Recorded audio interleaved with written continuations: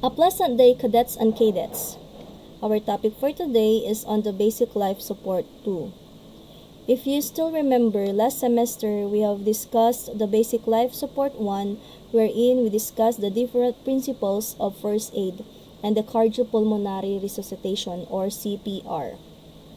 Now, in Basic Life Support 2, we are going to discuss on the first aid for medical emergencies, fever and heat-related injuries, animal bites and stings, and poisoning. By the way, I am Sergeant Christine Joyce De Vera, Philippine Army Reserve from Mangaldan, Pangasinan, and I became part of the Reserve Force Philippine Army through SBCMT in the year 2011 and finished my advanced ROTC in the year 2014. In the year 2015, up to this date, I am the Graduate Military Assistant of the University of Luzon ROTC unit. Okay, to formally start our discussion, here are my classroom rules. First, sign in on time. Find some quiet place to study. Listen carefully. Look at the screen. And don't forget to take down some notes. What are the objectives of our lesson? First is to acquaint the students on the basic life-saving steps, to impart knowledge on the different first aid for medical emergencies, and to be able to apply first aid to the different cases encountered. First aid for medical emergencies. First aid is the immediate care given to victims of accidents before trained medical workers arrive. Its goal is to stop and, if possible, reverse harm. Self-aid. This is a care for oneself. First aider, a person who gives first aid. Fever and heat-related injuries. Here are some heat-related illnesses and the different symptoms and what to do things.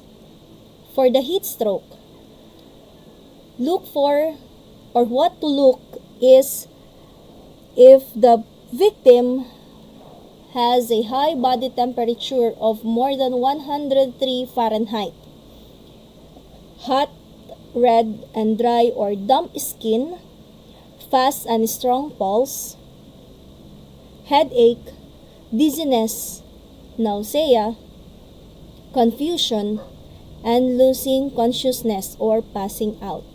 So what to do is you call emergency hotline and move the person to a cooler place. Help lower the person's temperature with cool cloths or a cool bath. And do not give the person anything to drink. For the heat exhaustion, if the victim is having heavy sweating, cold, pale, and clammy skin, fast and weak pulse, nausea or vomiting, muscle cramps, tiredness or weakness, dizziness, headache, and fainting or passing out. So what to do is to move the victim to a cool place, loosen the clothes, put cool, wet cloths on the body or take a bath, and sip water.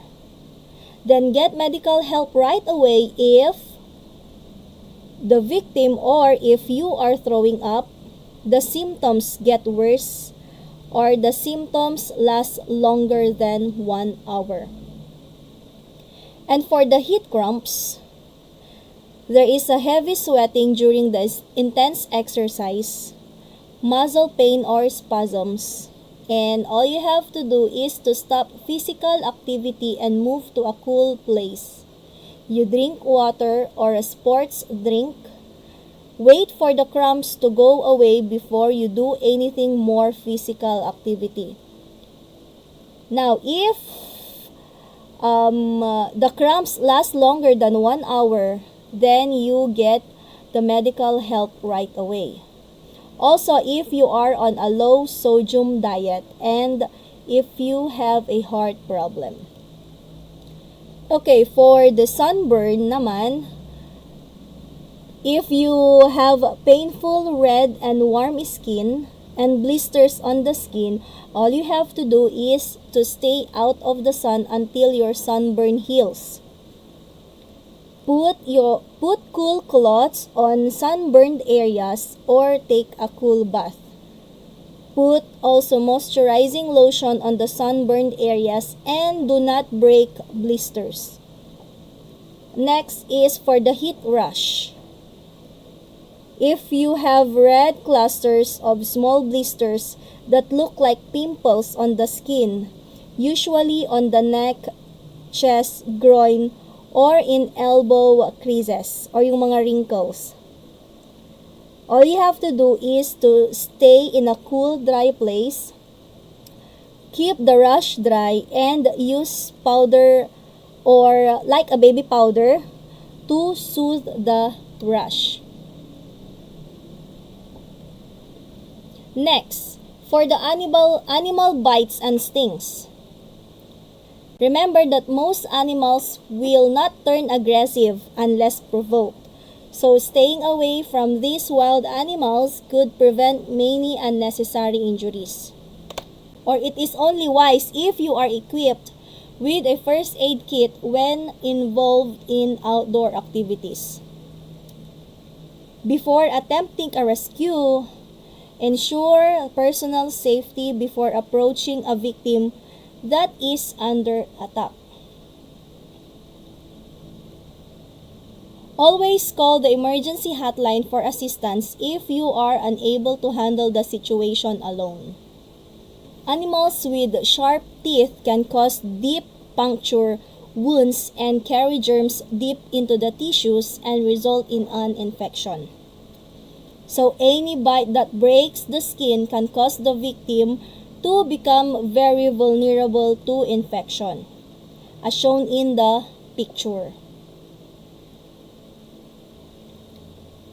Okay, for the dog bite, remember that canines are born with teeth to hunt and an instinct that commands it to bite whatever targets it considers as prey. So these instincts could result in very severe injuries to the victim. Dogs are generally very protective over their food, territory, and young or their puppies. When threatened, they will attack to protect them. Okay, what are the preventions? First, do not run fast a dog. Do not travel alone in the wild. Do not approach a dog when it is eating. Do not approach a dog when it is tied up. Do not snatch anything that belongs to the dog. Do not pat any stray dog even if it seems pitiful or cute. Avoid attracting a dog to you with food or sound. Do not approach a dog when it is nursing its puppies. Never force a dog into a corner or threaten it for the fun of it. Treat every dog you do not know with caution. Do not throw objects or provoke animals like dogs and others. And do not intrude into their territory. Okay.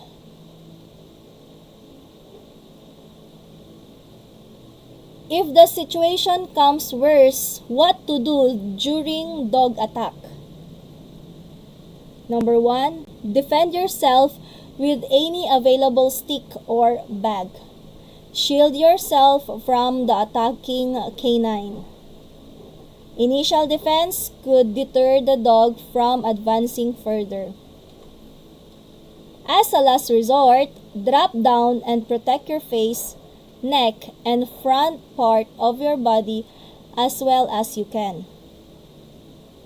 You shout for help, and you seek medical attention immediately. Inform the doctor of the vicinity where the attack occurred. They need to check if it is an area where there are dogs with rabies. Okay, here are the treatment for animal bites for serious wounds. First, control bleeding by applying direct pressure and raising the injured part. Cover the wound with a sterile dressing or a non-fluffy clean pad bandage in place to control bleeding. And arrange to take or send the casualty to hospital. For the superficial wounds, wash the wound thoroughly with soap and warm water in order to minimize the risk of infection. Pat a wound dry with a clean gauze swabs and cover with an adhesive dressing or small sterile dressing. And advise the casualty to see a doctor in case inoculation or vaccination is needed. If the wound is large or deep, arrange to send the casualty to hospital. So, the initial treatment for an animal bite should include thorough cleansing. However, all animal bites should be seen by a physician. So, what are the potential infections of animal bites? We have rabies. Rabies, a potential fatal viral infection of the nervous system, is spread in the saliva of infected animals. And the second one is hepatitis B or C viruses. There is probably only a small risk of hepatitis B or C viruses being transmitted through a human bite. Next, we have insect bites. Bee, wasp, and hornet stings usually are painful rather than dangerous. An initial sharp pain is followed by mild swelling and soreness, which first aid can relieve. Okay, so how to treat insect stings? For a sting in the skin, first, reassure the casualty and apply constant firm pressure. Scrape or brush the sting off with your fingernail or blunt edge of an object. Tweezers are not recommended as it may squeeze the venom sac, thus increasing the venom released. Some people are allergic to stings and can rapidly develop the serious condition of anaphylactic shock. Multiple stings can also be dangerous. Stings in the mouth or throat are serious, as swelling can cause obstruction to the airway. If stung on the fingers or hands, remove any rings and watches in case of swelling. So wrap a few ice cubes in a towel and apply on the area for 10 to 15 minutes to stop the pain and swelling. Do not apply ice directly on the sting area to prevent frostbite. And advise the casualty to see his doctor if the pain and swelling persists. So, what if na karoon ka ng insect sting in the mouth? So, what to do is to reassure the casualty and give the casualty ice to suck or cold water to sip to minimize swelling, and call for any ambulance or call the emergency hotline.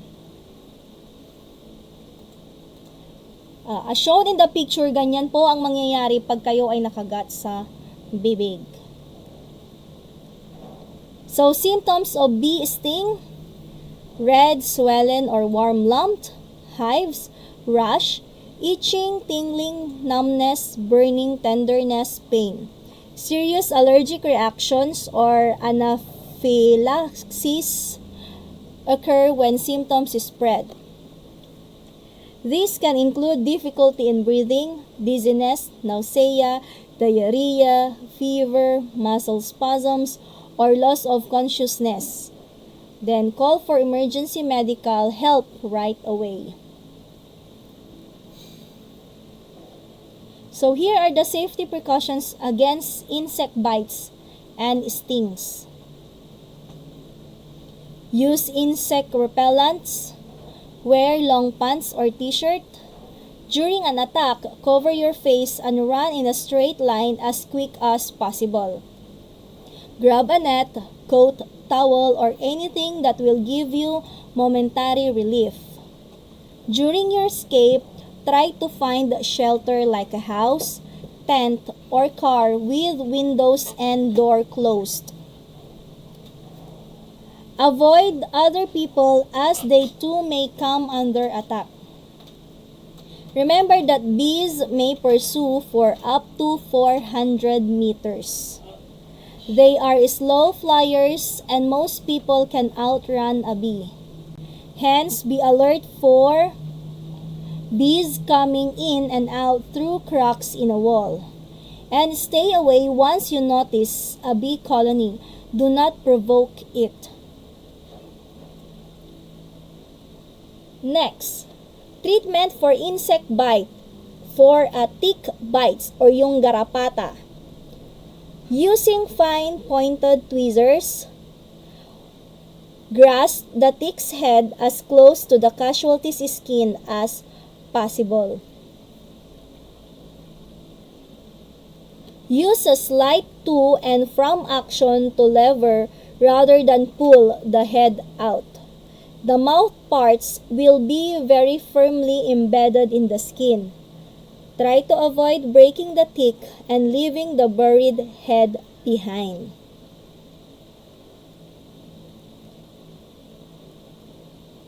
Okay, what about the injuries by marine creatures?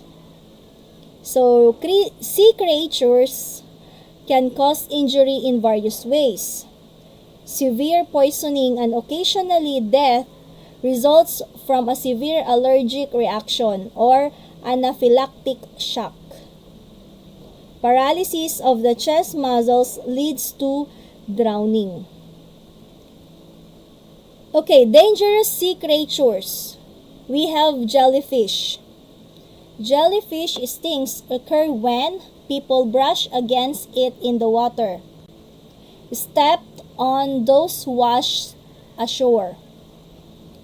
Jellyfish washed ashore can sting for weeks. Detached tentacles can also release venom.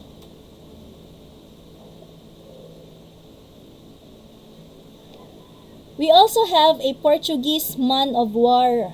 This is a kind of jellyfish. Okay? A type of jellyfish well known for its painful and powerful sting. So the stings can cause fever, shock, and heart and lung problems. Next is box jellyfish. As shown in the picture, box jellyfish or sea wasp have tentacles containing thousands of stinging cells. Stings occur when people bumped into them. Tentacles become sticky and adhere tightly to the skin. Venom is released when in contact with human skin, and it causes severe pain. Sea urchins. Sea urchins are found in tropical and subtropical marine regions. Spines of the sea urchins deliver their venom. Sting can cause severe burning pain, swelling, bleeding, itch, nausea, muscle weakness, and difficulty breathing. And the symptoms can develop immediately and last up to 6 hours. Deep puncture wounds may be seen after a sting.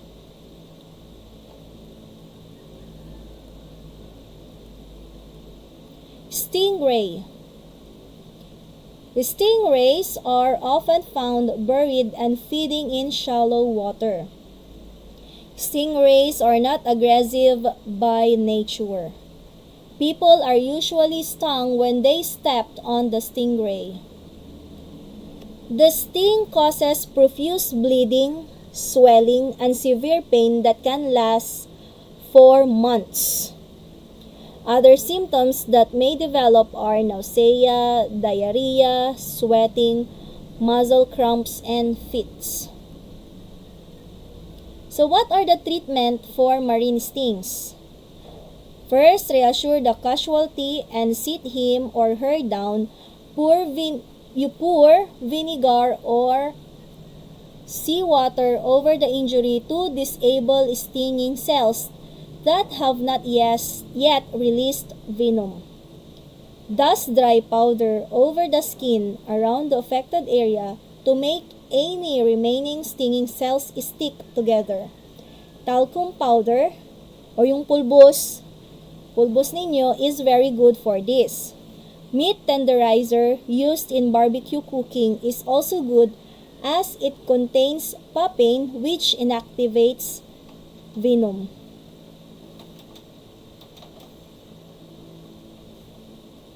Gently brush off the powder with a clean, non-fluffy pad. Another is you gently pull out any protruding spines. Do not crush the spines. Then soak the affected area into hot, not scalding, water for 30 to 90 minutes to ease pain. If pain returns later, try the heat soaks again. And then you send the casualty to hospital. Another is safety precautions. Safety precautions against marine creatures. Don't forget to wear proper footwear. Be careful when handling marine creatures as they may have venomous spines and stings. Then keep away from jellyfish. Snake bites. Snake bites, we have some of the different kinds of snakes. We have king cobra, blue coral snake, and the black spitting cobra. So a snake bite is often not a serious injury, but it can be very frightening. Reassurance is vital, for if the casualty keeps still and calm, the spread of venom may be delayed. And try to get a description of the snake. This will help the doctor to identify the snake and the correct treatment. Do not try to catch the snake. Then notify the police if the snake remains at large. Recognizing a snake bite. There is a pair of puncture marks, severe pain at the site of the bite, redness and swelling around the bite, and nausea and vomiting. There is also difficulty in breathing. In extreme cases, respiration may stop altogether and disturb vision. And there is increased salivation and sweating. So, what are the treatments for snake bite? First, lay the casualty down. Tell the casualty to keep calm and still. Then gently wash the wound and pat dry with clean swabs. Then dial the emergency hotline. Lightly compress the limb above the wound with a roller bandage. Use triangular bandages to immobilize the affected area to minimize the spread of venom. Next, position the injured limb below the level of the heart. If she stops breathing, be ready to resuscitate if needed. Remember, do not apply a tourniquet, a bandage, or ice on the wound. Slash the wound with the knife or suck the venom. If there is eye irritation, rinse the eye under gently running cool water for at least 15 minutes. Prevent runoff water from entering the unaffected area or unaffected eye. As shown in the picture,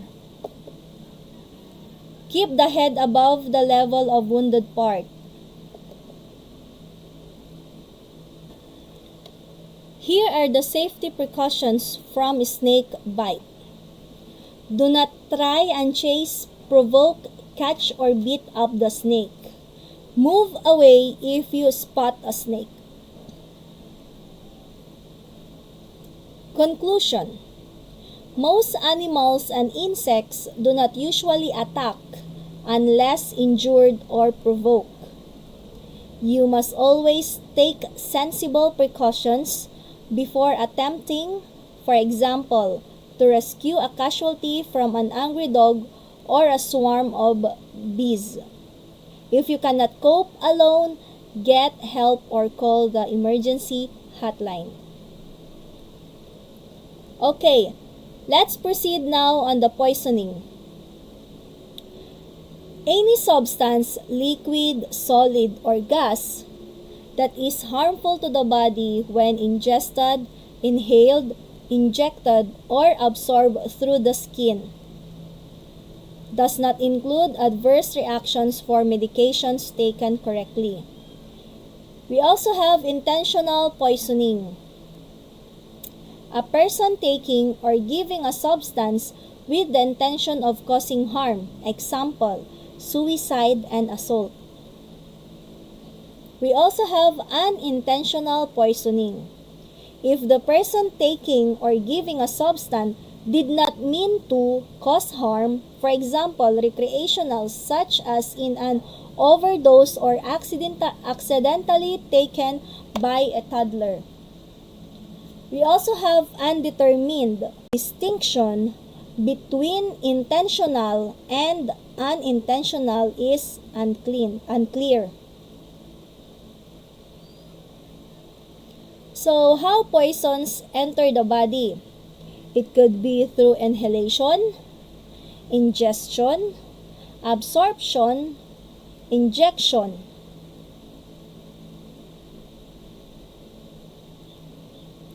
How poisoning may occur and poisonous products.